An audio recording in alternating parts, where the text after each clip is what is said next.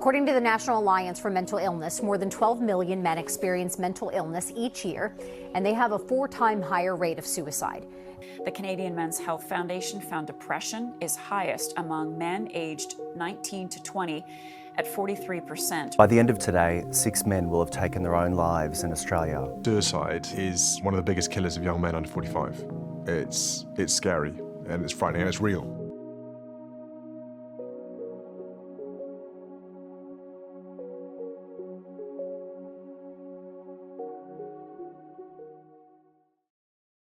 I think for me what's kind of in the past couple of years has really sparked the conversation of men's mental health is kind of just the fact that I feel like a lot of men are kind of scared and frightened to speak up about how they're feeling. You know, they're frightened to say how they feel relationship wise, maybe like mentally wise, physically. They're just afraid to say what's going on.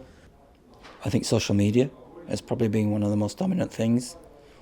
I think a lot of male TV stars, film stars, authors, pretty much, a lot of those people have come out and described their mental health. I think there's a lot more reassurance in society generally to say that to have poor mental health as a male is acceptable. It's got much better over the last 10 years. There's been a huge amount of awareness raised around men's mental health. We still have a way to go. A big step forward last year with the launch of the men's health strategy, getting the government on board. I've personally been campaigning for a men's health strategy for the last 10 years. The fact that we didn't have a minister for men in the country, we didn't have a men's health strategy was something that was desperately needed. So all these things have helped to raise the profile of men's mental health and reduce the stigma. I feel like men are supposed to, they're looked at as being like big, tough and burly, and they're supposed to not open up, and they're supposed to, but I feel like that stigma is really stupid and really overdone, and it's too old. It needs to be put down, and men need to speak if they need to. I think the trouble is if you're a man, you're meant to be silent and be strong and take these issues on. And I think that is where the difficulty lies, is being that kind of macho man. Do you think social media has had a negative impact on mental health? It's had a massive negative impact. I feel like a lot of people, and a lot of what you see online is fabricated, it's fake, There's these illusions of what people should be, body expectations, there's life expectations, and I just feel like it's all fake and it's all a bunch of rubbish, and you don't need to have those such high expectations. I think they are responsible for a lot of bad stuff that's seen, and yes, they could do more. Yeah, I think the government's taken steps with the banning of social media for under 16s, the banning of certain sites. But these are global, international companies. It's very, very hard for any government to bring them into check. But certainly, they have a role to play. Would you feel comfortable opening up about your experience with mental health issues? Yeah, I would. If you asked me this maybe a year or two ago, I would have said, "Oh no, I'm not talking about that." But over the past years, I've definitely done a lot of developing. So yeah. Yeah, undoubtedly the stigma has reduced, and there's no doubt about it. Once you've made that first step and you do show that vulnerability, it does become much easier, and it also gives a green light to other men to do it. So what we need is a lot more role models who are doing that sort of thing and showing vulnerability, and we've certainly got that now. That consistent support network is there. It just needs to be grown, and it needs to be, publicised a lot more. I mean, in my lifetime, I've gone from seeing it where to admit you had poor mental health as a man would basically resign you to the loony bin. Whereas now you can say, certainly with my friends, I could say my mental health wasn't well, or wasn't good, and I wouldn't feel any shame from it. I think I would be well supported.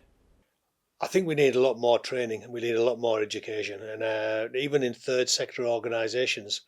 And a startling statistic is that 90% of men who kill themselves are seen by a professional in the 6 months preceding their death, what we don't do in this country and what we need urgently to do is provide much more education so we can spot the possible signs of, before men go on to take their own lives. And that applies to educational settings as well. The more people we train, the more people we educate, then, that's got to make a huge difference. I think there should be loads more conversations. It's a big, very important topic, it's always been, but I'd say even more now, there's a lot of things going on. I think, the men's suicide rate is always going up, so I think anything that can be done to fix that and prevent that is very important.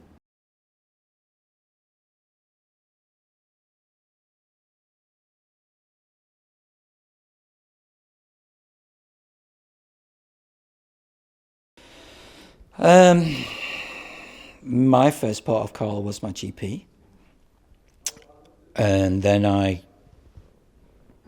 went and received support from a counsellor. So, yeah, I think as long as you realise that you need help, the most difficult part is the first step. The first step is always the hardest in making and gaining support. Yeah, the first step is definitely the hardest step by far. Subsequently, the steps become easier after that, but you've got to find somebody who you can trust, somebody who has empathy, and that is really, really difficult. With the stigma attached to that, with men not wanting to show weakness, it's very, very difficult.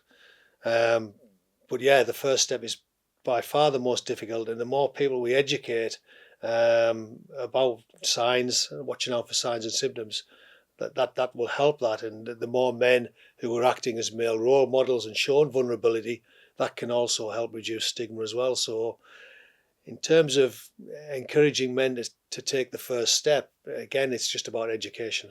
If you can talk to your friends and your family without feeling ostracised, and you can say, look, excuse me, my mental health's not good, and you feel supported, you can go, then yeah, I think that obviously works. There could be more done. I feel like there could be some maybe like better counselling options. There could be, there could be a lot of other better alternatives to things. I feel like they've got a good thing going right now, but everything can always be improved. I really don't know if I'm a person who would support going online and being completely raw and honest online, because I think you're open up then to trolls. I think work is vital, getting support from your work colleagues and management. I really don't think there's much more people and society can do. I'm not a huge fan of Tyson Fury in terms of some of the things that he says, but he's a great advocate for men's mental health and encourage lots of men, and the platform is used to accentuate that messages have been social media. There's other guys on there as well who are great role models for men, and social media certainly accentuates that message. So that it has good points in that, and it means organisations like ourselves, Man Health, and other third sector organisations can get their message out there as well. So there is lots of benefits to it. Do you think people in power are doing enough to help start the conversation? When you say people in power, do you mean politicians or the medical profession? Counsellors, anyone who... Yeah, I, from a personal experience, I think everybody's doing what they can to support people with men, especially. I know the target is men with poor emotional well-being. Well, I work alongside Durham County Council and Public Health in County Durham, and the answer is no, but they can do more. The men's health strategy gives them the aspiration to do more to reduce men's health inequalities, and I've certainly been working with Public Health Durham to trying to get them to accept that if we want real change, we need it to come from that level. It's nice having these third sector organisations doing piecemeal stuff across the nation and in our area, but really if it was led by local government and coordinated by local government, I think we could see a real sea change. Yeah, I think we can. I think they should be doing a lot, and I feel like some aren't, and the ones that aren't need to kind of step up a bit and they need to do more. But I feel like overall it's not bad. You could argue that social media has far more influence over students of today than 25 years ago. But do I think there's more mental health issues than there was? And I remain to be convinced about that.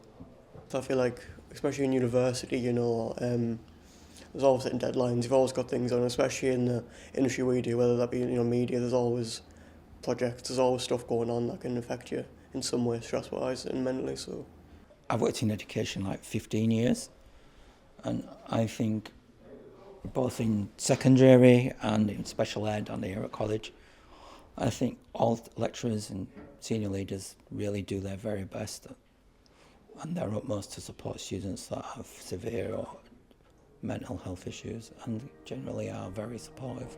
How can people who are struggling reach out? Well, you know, as I said, there's a lot of therapies, but there's also a lot of charities out there that are helping, whether that be the Samaritans or that be other types of, you know, charities and orgs that help people mentally. I feel like there's a lot of good places out there that do that and offer good service.